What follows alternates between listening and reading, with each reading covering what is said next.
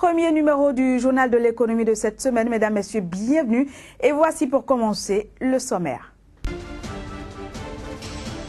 Au Nigeria, la production quotidienne de pétrole a connu une hausse de 252 800 barils au cours du mois de janvier 2016.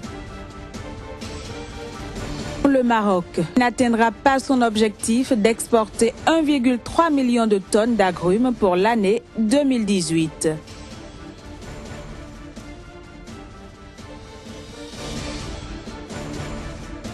Et puis, l'agence UEMOA Titres envisage de mobiliser un montant global de 3 300 milliards de francs CFA pour les 8 États membres de la zone UEMOA.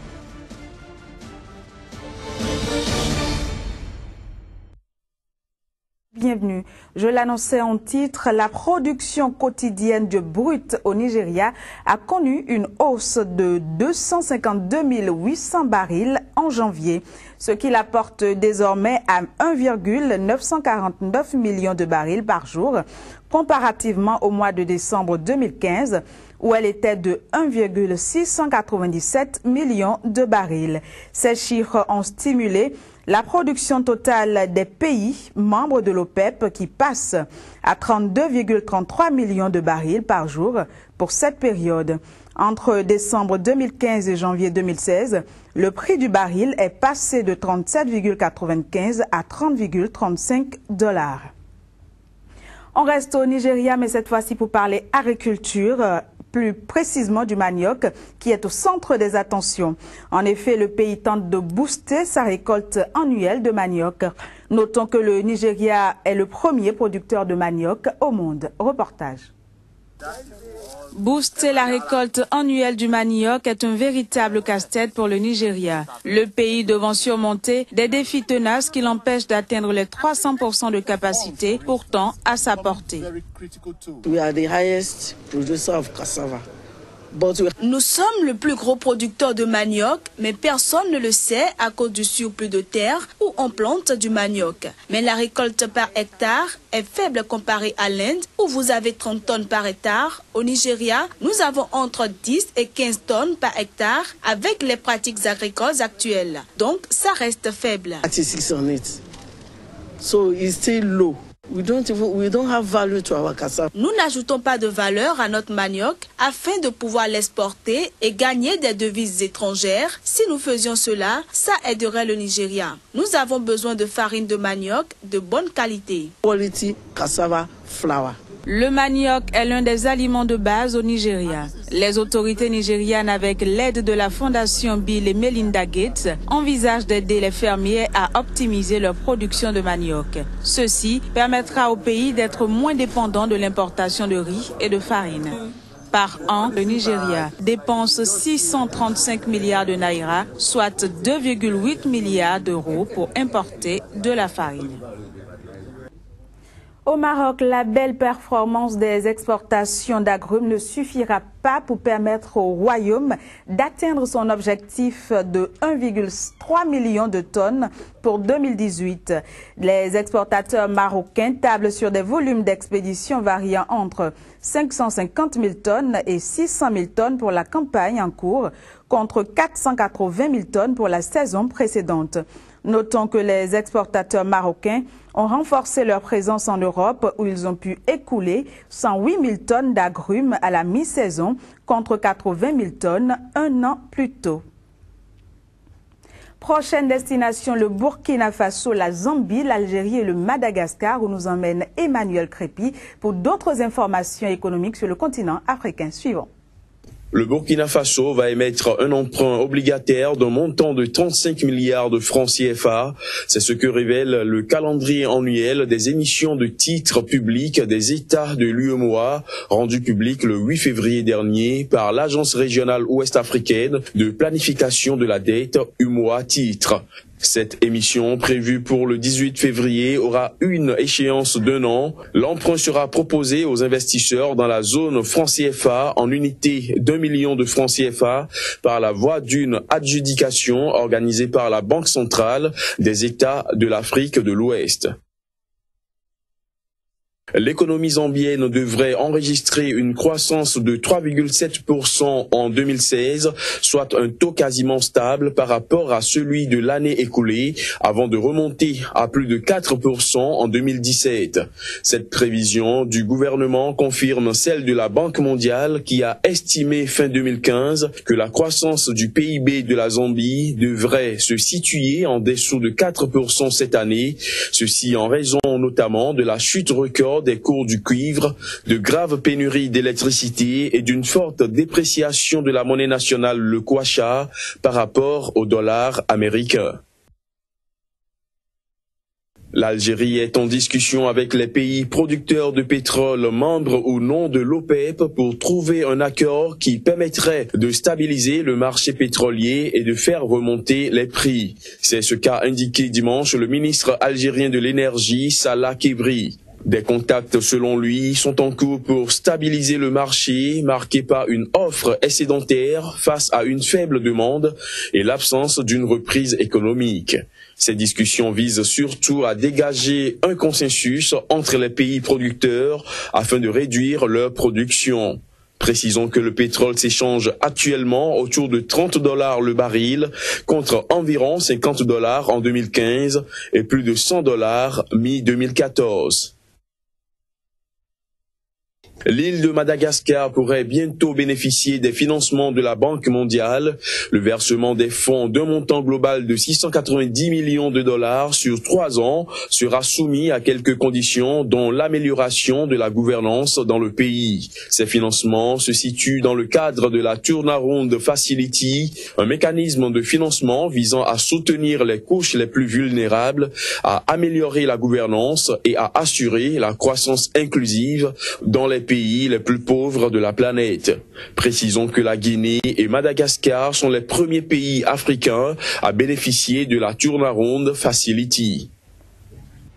Nous parlons à présent de l'agence UMOA Titres qui envisage de mobiliser un montant de 3 300 milliards de francs CFA, ceci dans le cadre du budget des 8 États membres de la zone UMOA. Ce sera juste après ce jingle.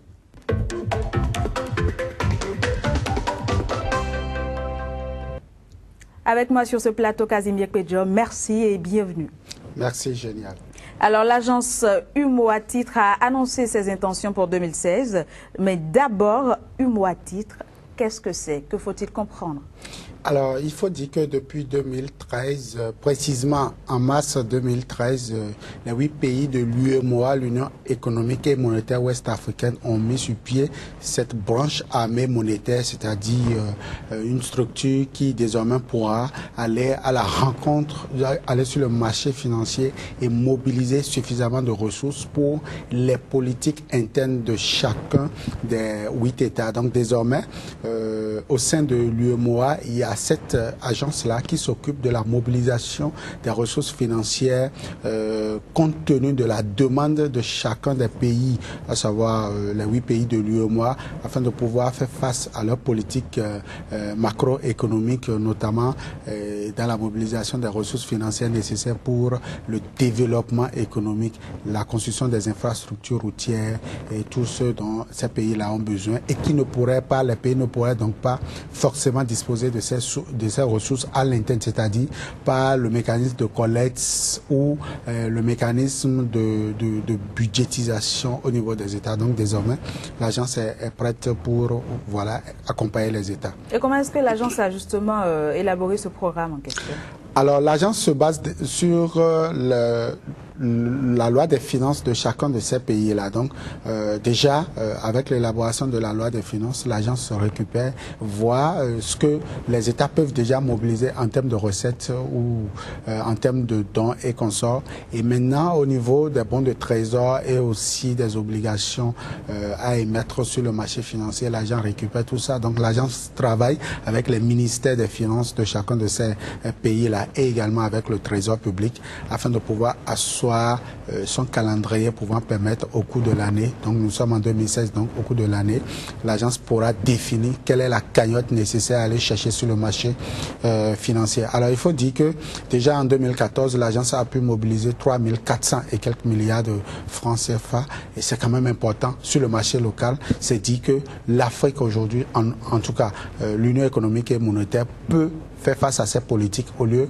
chaque fois d'aller vers les partenaires tels que la France, tels que la Chine, aller quémander de l'argent.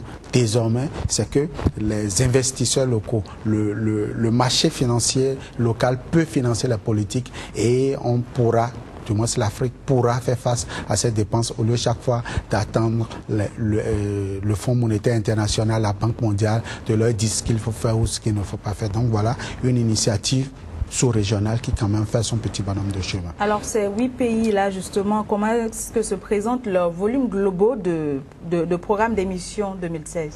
Alors il faut dire que lorsque nous prenons le calendrier élaboré ici par l'UMOA Titre, l'agence UMOA Titre, il faut dire que la Côte d'Ivoire ici a été le premier pays en termes de mobilisation, surtout en termes de présence sur le marché financier, le marché boursier pour pouvoir financer ces politiques. Il faut également dire que 3300 milliards de francs CFA, c'est énorme.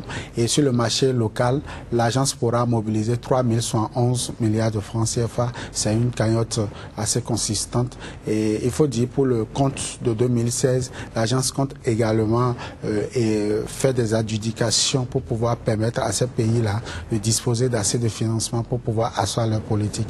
Donc c'est tout un mécanisme ici mis en œuvre qui a commencé depuis 2013, comme je le disais tantôt, et qui aujourd'hui est en train de montrer son efficacité dans la sous-région. Alors, et puis l'annonce annonce l'exclusivité de l'émission de bons de trésor des 8 pays de l'UEMOA. Pourquoi donc?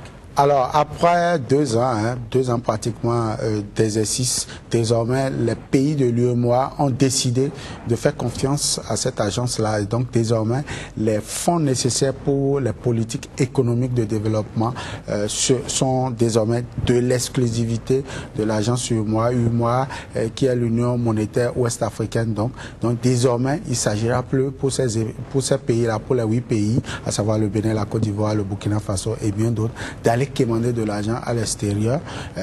Les ressources financières capables de développer ces pays-là sont désormais disponibles sur le plan national. Il s'agit juste de capitaliser tout ça. Il faut également préciser que la Côte d'Ivoire est allée sur le marché islamique pour un montant de 150 milliards de francs CFA. Donc voilà un peu aujourd'hui l'expérience que l'Afrique, du moins c'est l'Afrique de l'Ouest, à travers l'Union économique et monétaire ouest-africaine, est en train de faire en termes de mobilisation de ressources. Et c'est à ce que toutes les nations, tous les pays aujourd'hui sont en train de souhaiter pour les pays du continent, parce que cette histoire d'aller quémander forcément l'argent pour asseoir leur politique n'est pas du